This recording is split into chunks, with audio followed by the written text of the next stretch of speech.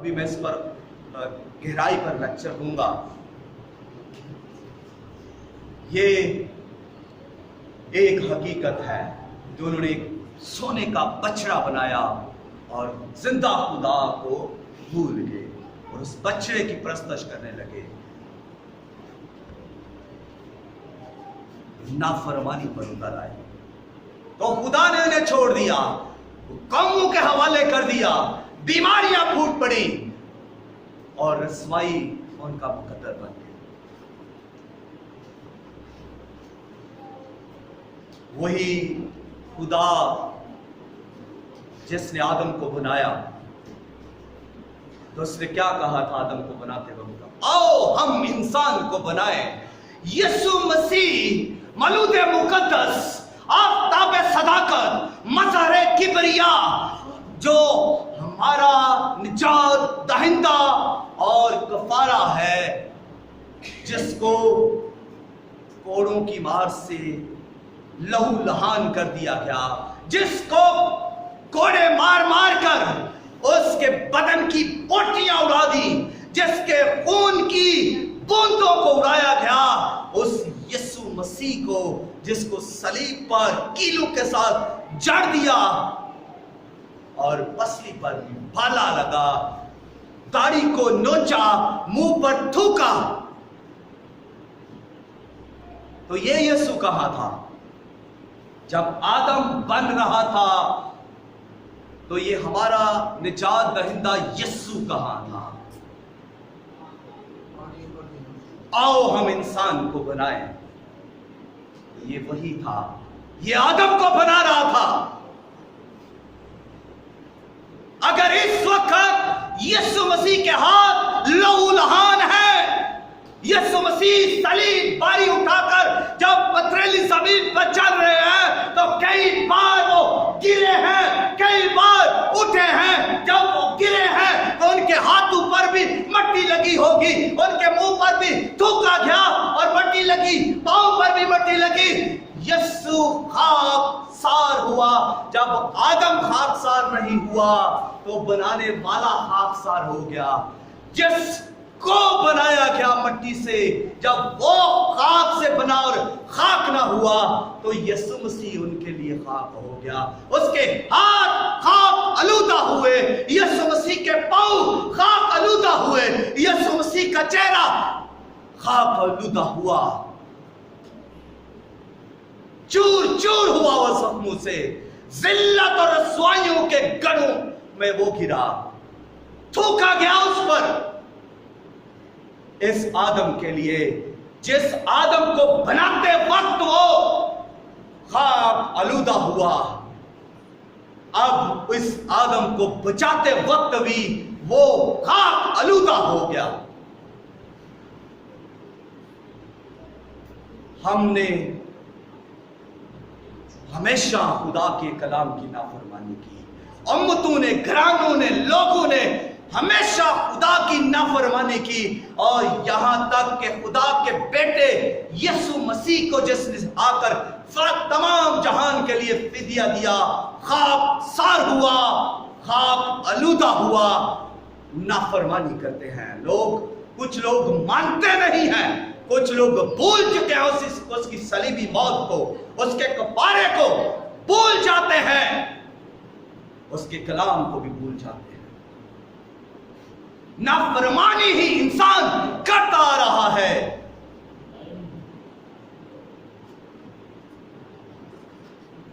انسان نافرمانی کر رہا ہے, اور کلام جس کے اندر لکھا ہے کہ مقدس موسیٰ کی بہن اور بھائی نے جب اس کے بارے میں غیبت کی تو خدا نے مداخلت کی. اس کا بھائی ہارون اور اس کی بہن مریم کیا کہہ رہے ہیں؟ آپس میں باتیں کر رہے ہیں کہ کیا خدا موسیٰ ہی سے باتیں کرتا ہے, کیا ہم سے نہیں کرتا؟ خدا نے مداخلت کی, خدا نے ان کو سنا, مریم کی باتوں کو خدا نے سنا.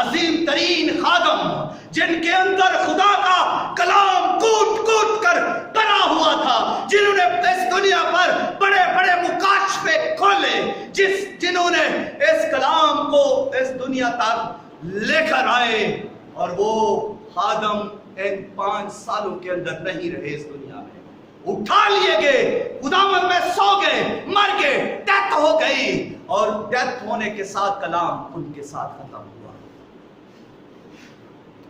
تو کتنے سارے خادم ہیں ایسے عظیم ترین خادم جو اس دنیا سے چلے گئے ہیں۔ ایک خاندان سے ایک آدمی چلا جائے نا، مر جائے، تو خادم کو خاندان کے لیے کتنا بڑا دکھ ہے، خاندان کے لیے کتنا بڑا غیب آ جاتا ہے، بہت زیادہ خلا پیدا ہو جاتا ہے، اور ہم روتے ہیں، پورا خاندان رشتوں کے ساتھ روتے ہیں کہ اس کی جگہ کون لے گا، اس کی کمی پوری نہیں ہوگی۔ تو ہم سوچ سوچ کر روتے ہیں